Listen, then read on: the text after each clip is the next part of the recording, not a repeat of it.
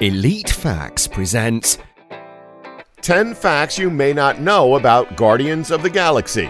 10. There's a ton of 8-bit awesomeness on the Blu-ray. The extended featurette that is included on the Guardians of the Galaxy Blu-ray is split up into various sections, each section dissecting a different area of the production. But between each one is an awesome 8-bit segment, recreating scenes from the movie, but with a little bit of a twist thrown in. Not only does director James Gunn pop up in every single one of them, but there are also some Easter egg type cameos, from Starhawk, who's a member of the original team introduced in 1969, to Beta Ray Bill, the first non-Norse character who was worthy of wielding Mjolnir. These characters don't actually say or do anything, but there's certainly some fun cameos for any Marvel buffs out there. 9. Iron Man almost made an appearance in the first movie. We all love Marvel's Avengers, right? Well, back when Guardians of the Galaxy was being written, it was considered quite a huge risk to bring the Marvel Cinematic Universe into such strange territory, as well as ignoring everything else that had been and was going on in the MCU. That's the Marvel Comic Universe for you non-geeks. This was a space-based epic that, apart from the opening scene, didn't have a single scene on Earth and didn't contain even a small glimpse of any of our favorite Avengers. But that wasn't originally the plan. The original plan was to put Robert Downey Jr.'s Iron Man in the movie for a small cameo role to boost the commercial appeal of Guardians of the Galaxy. With the figurehead of the MCU passing the gauntlet to the Guardians team, Marvel figured they could get audiences on board with this risky concept. Unfortunately, Iron Man became a no-show, as Marvel, along with director James Gunn, ultimately decided to sink or swim based on their weird little film. And after audiences embraced everything about it, even without Iron Man, it looks like all involved made the right decision. 8.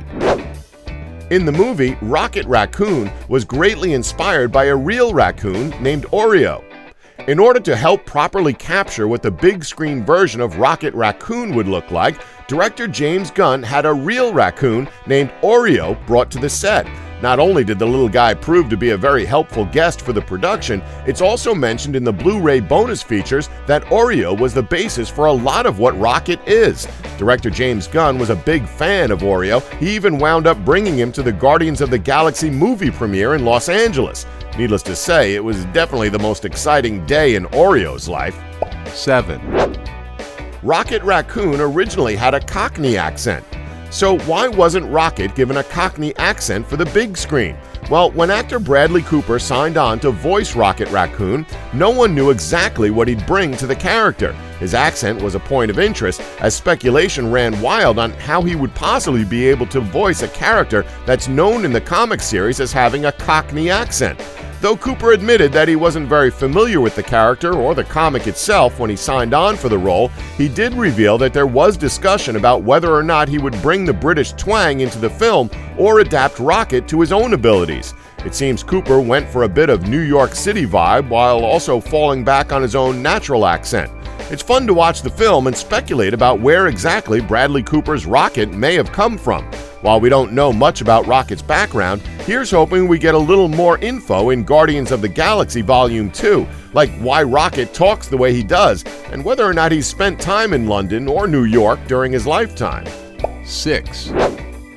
The movie is primarily based on the 2008 comic team, not the original team. Original team, you might ask? Well, we're sorry to say, folks, but neither Star-Lord, Rocket Raccoon, Groot, Gamora, nor Drax the Destroyer had anything to do with the team when the Guardians first appeared in the Marvel Superheroes number 18 comic book way back in 1969.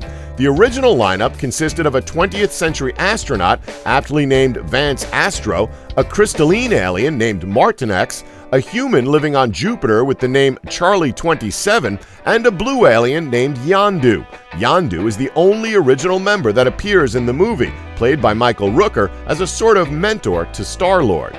5.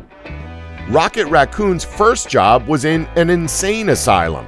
No doubt we've all seen the movie by now, right? So we can safely say Rocket's movie origin is not the same as his comic book origin, in which he was one of many animals who were caretakers of a galactic insane asylum, where aliens had set up an entire world to house the insane for study purposes. Eventually losing funding, the aliens who set it up left robots to take care of everybody. The robots felt the patients needed better company, so they genetically modified the perfectly normal animals the aliens had also left behind. Then things turned somewhat weirder. The robots started making toys. An evil mole named Jakes had scientists create killer clowns. And Rocket's otter girlfriend, Lila, was kidnapped, but eventually the insane patients were cured, and of course, Rocket got the hell off the planet to go and explore the universe. 4. Drax the Destroyer was originally a real estate agent. That's right, Drax the Destroyer wasn't always a muscle-bound, tattooed alien type. In fact, his original name was Arthur Douglas, and he was a saxophone-playing real estate agent who had the misfortune of accidentally noticing Thanos while he was on Earth for a recon mission. Seeing that he'd been discovered, Thanos decided to solve his little problem by killing Douglas. But Thanos' father, Mentor, feeling his son's hit and run was effectively the tip of the iceberg for his evil progeny, transferred the spirit of Douglas to a clay body with a sole mission: kill Thanos. We can promise you he's 100% an alien now, and no real estate will be sold or saxophones played. 3. Groot debuted before any other character in the Guardians of the Galaxy.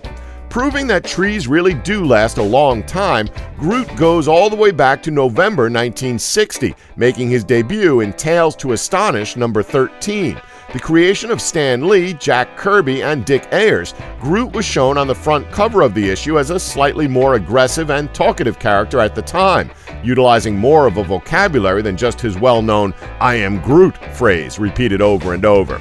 Unfortunately, it took decades for him to show up as anything other than a goofy guest star.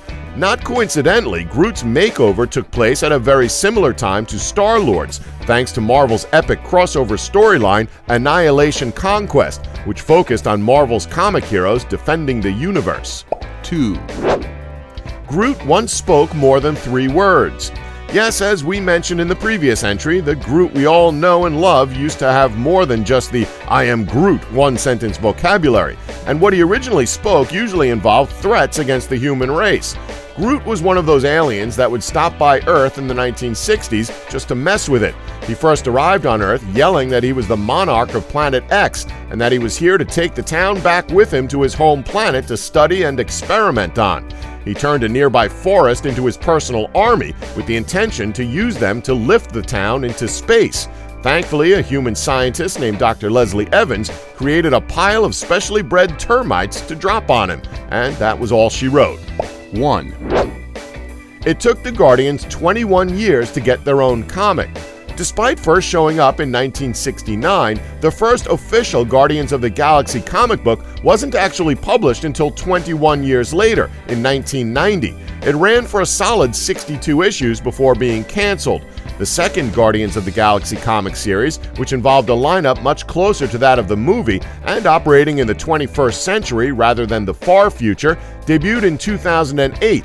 The Guardians weren't originally part of the official Marvel Universe until this second series. The earlier incarnation of the series lived in a future titled Earth 691, as opposed to the main Marvel Universe numbered 616. Now, with a top-grossing movie and a second one on its way, it looks like the Guardians aren't slowing down anytime soon. Don't forget to like us and subscribe for more Elite Facts.